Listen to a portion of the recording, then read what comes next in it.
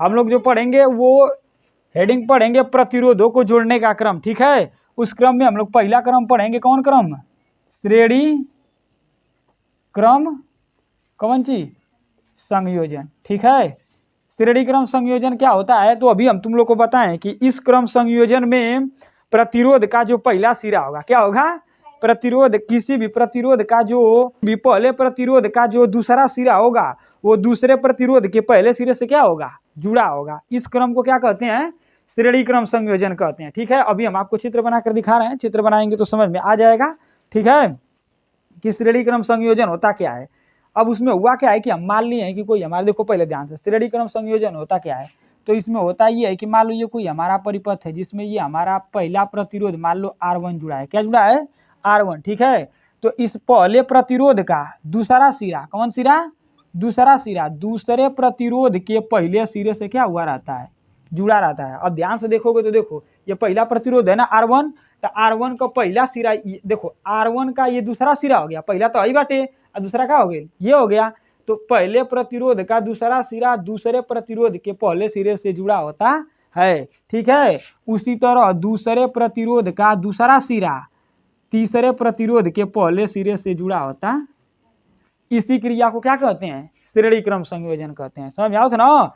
यानी देखा है एगो प्रतिरोध में दूगो सिरा होखेला, एगो पहनिया वाला के जो नाम होखेला के पहला मान ला और एनिया वाला के दूसरा, ठीक है। तो देखो पहले प्रतिरोध का दूसरा सिरा हुआ कि नहीं हुआ इसमें? तो पहले प्रतिरोध का दूसरा सिरा दूसरे प्रतिरोध के किससे? पहले सिरे से जुड़ा होता है, ठीक है। इसी क्रिया को क्या कहते हैं? श्रेणी क्रम संयोजन कहते हैं। अब होता क्या है कि फिर इसके बाद इसमें अब इधर से तुम बैटरी से इसको क्या कर देते हो? जोड़ देंगे हम लोग, किससे? बैटरी से। तो बैटरी से जोड़ेंगे तो मान लो यहाँ पर हम क्या लगा देते हैं? ये बैटरी लग गई, ठीक है। जिधर बड़ा रहता है उधर प्लस चार्ज हो जाता है, जिधर छोटा रहता है उधर माइनस चार्ज होगा, ठीक। अब इसमें हम मान लेते हैं कि हमारी धारा क्या प्रवाहित हो रही है? आई प्रवाहित हो रही है। क्या प्रवाहित हो रही है? आई धारा बढ़ रही है। और अभी हम तुम लोग को लिखा है कि श्रेणी क्रम, ये मान लो जहाँ जुड़ा है ना बिंदु ए और बिंदु बी है, ठीक है। अभी हम तुम लोग को लिखा है कि श्रेणी क्रम में जो धारा प्रवाहित होती है वो सब में समान प्रवाहित होती है। लिखे हो कि नहीं लिखे हो? अब क्या लिखे हो? ध्यान से देखो, यही चीज जो हम चित्र बनाए यही लिखेंगे कि माना तीन प्रतिरोध, कौन सी? माना तीन प्रतिरोध श्रेणी क्रम में जुड़े हैं, ठीक है। जिसमें पहले प्रतिरोध का पहले दूसरा सिरा दूसरे प्रतिरोध के पहले सिरे से तथा दूसरे प्रतिरोध का दूसरा सिरा पहले तीसरे प्रतिरोध के किससे? पहले सिरे से जुड़ा हुआ है, तथा लास्ट में इसको किससे जोड़ दिया गया? बैटरी से जोड़ दिया गया, जिसमें प्रवाहित होने वाली धारा क्या है? एक समान आई है। क्या है? आई है। यही लिखे हो ना? फिर इसके बाद लिखे हो कि पहले सिरे का जो विभवांतर हमारा होगा ये V1 होगा, और दूसरे सिरे का विभवांतर V2 होगा, और तीसरे सिरे का विभवांतर क्या होगा? V3 होगा। ये लिखे हो कि नहीं लिखे हो? तब इसके बाद हम लोग पढ़ेंगे किसके? ओम के नियम के अनुसार, किस हम प्रूविंग कर रहे हैं, ठीक है। ओम के नियमानुसार क्या होगा? तो तुम लोग ओम का नियम पढ़े हो, क्या होता है ओम का नियम? सूत्रवा V बराबर I इंटू आर होता है। ओम का नियम V बराबर I इंटू आर होता है। तो यहाँ से देखो पहले प्रतिरोध के लिए विभवांतर निकालेंगे तो V1 बराबर हमारा हो जाएगा I, कौन सी? IR1 होगा। क्यों IR1 होगा? क्योंकि यहाँ पे पहले विभवांतर के लिए पहला प्रतिरोध क्या है? R1 है, लेकिन धारा सब में क्या है? एक समान है। धारा सब में क्या है?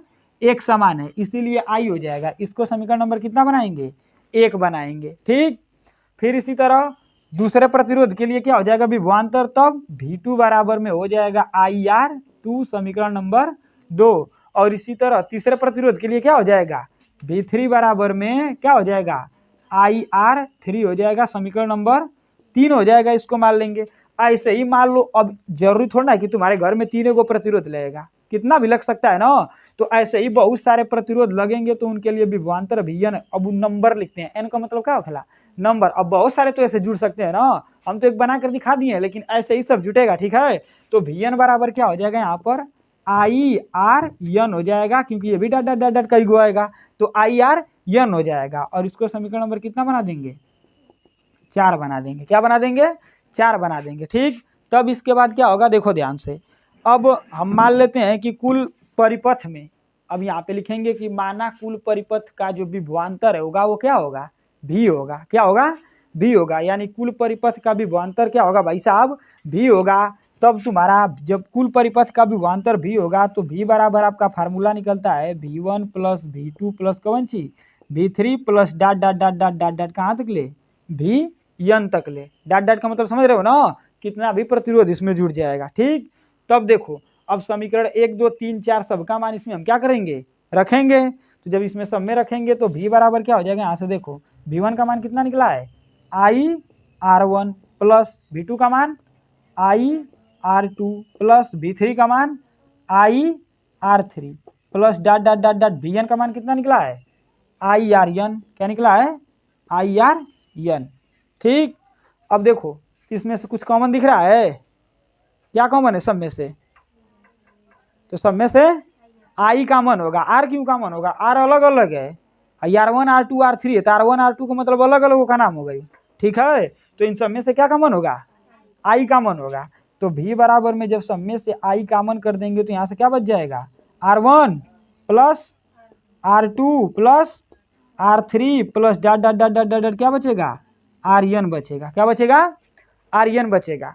और भाई आई एकरी गुड़े में है, नहीं है कहाँ चल जी, बटे में, तो क्या मिलेगा यहाँ से देखो ध्यान से, तो v बटा में आई बराबर में क्या मिलेगा यहाँ से R1 plus R2 plus R3 plus dot dot dot dot dot क्या हो जाएगा, RN होगा कि नहीं होगा।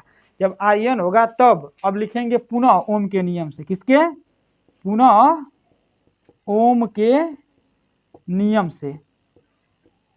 तो पुनः ओम का नियम फिर लगाएंगे, तो पुनः ओम का नियम, अब देखो ओम का नियम होता है v बराबर आई इंटू कौन ची आर। ठीक है, अब यहाँ पर देखो यहाँ पे v बटा आई है ना, तो आर की आई है जो गुणे में है, इधर आएगा इसके कहाँ चला जाएगा, बटे में, तो आर बराबर यहाँ से क्या मिल जाएगा, v बटा में आई मिलेगा कि नहीं मिलेगा। तो यहाँ पर हम v बटा आई के जगह पर यहाँ पर क्या लिख सकते हैं, आर लिख सकते हैं कि नहीं लिख सकते हैं, क्यों लिख सकते हैं,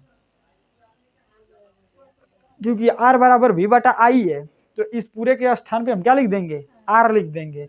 तो आर बराबर क्या मिल जाएगा यहाँ से R1 plus R2 plus R3 plus dot dot dot dot कौन सी RN मिलेगा। और यही तुम्हारा श्रेणी क्रम संयोजन का क्या हो गया, प्रूविंग हो गया। समझ में आ गया होगा, कुछ नहीं करना है, सिंपल एक बार और समझो।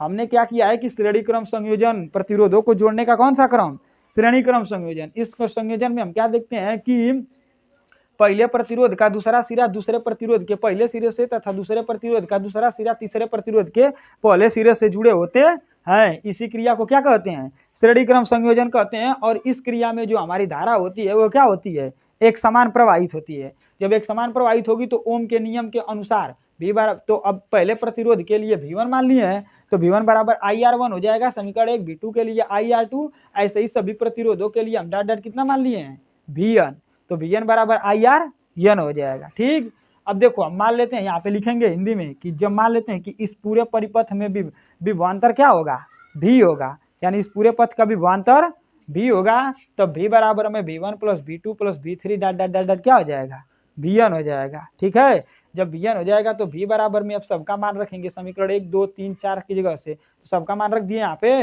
रखने के बाद इतना हो गया, सब में से कामन क्या कर लिए आई, क्योंकि सब में आई कामन था, तो आई कामन, आई कुल नहीं खे कामन, क्यों नहीं कामन है, क्योंकि ये अलग अलग है। जब नाम रख दे रस तो क्या हो गई, अलग अलग हो गया। देखई में आ रहे कई समान है लेकिन अलग अलग बाकुल, आई सब में एक समान है। देखो इसमें भी आई है कि नहीं है, तो सब में से आई कामन हो गया। अब ये आई इधर गुणे में है, इसके आएगा कहाँ चला जाएगा, इधर बटे में आ जाएगा। तो v बटा आई बराबर R1 plus R2 plus R3 dot dot dot dot RN हो जाएगा।